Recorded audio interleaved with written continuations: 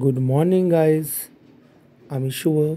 আপনারা দেখছেন আমাদের চ্যানেল স্নেহা শুভ ব্লগ।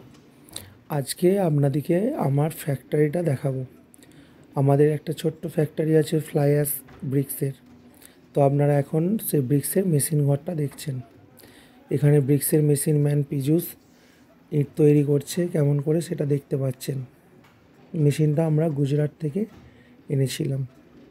এইসব ইট তৈরির মেশিন গুজরাটে খুব সুন্দরভাবেই প্রোডাকশান হয়।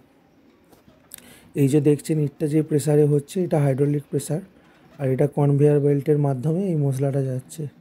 এই যে মশলা যে মাখছে তার নাম সুজন। সুজন আমাদের ফ্যাক্টরির বহুদিনের একটা কর্মী। ও অনেক দিন ধরেই কাজ করে। এই মশলাটা মাখার পর এই জায়গা থেকে বেল্টে পড়ে, বেল্টের মাধ্যমে যায়, দিয়ে তারপরে ইট তৈরি হয়। তারপরে ওই ইটটা এই গাড়িতে করে আসে, গাড়িতে করে আসার পর ইটটাকে ঠিকভাবে সাইজ করে রাখা হয়। 50টা করে ইটের লাইন হয়।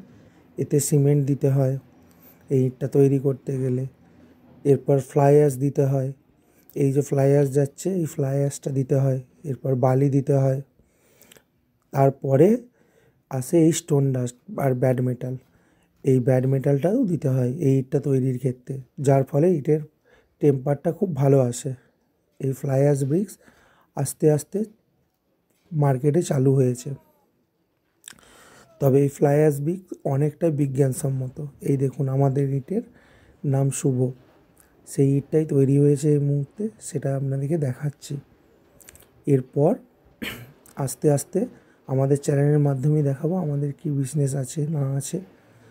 যাই হোক, আপনাদের আশীর্বাদ কামনা করি এবং সবশেষে একটাই কথা বলি, আপনাদের সাপোর্ট প্রচুর পরিমাণে দরকার।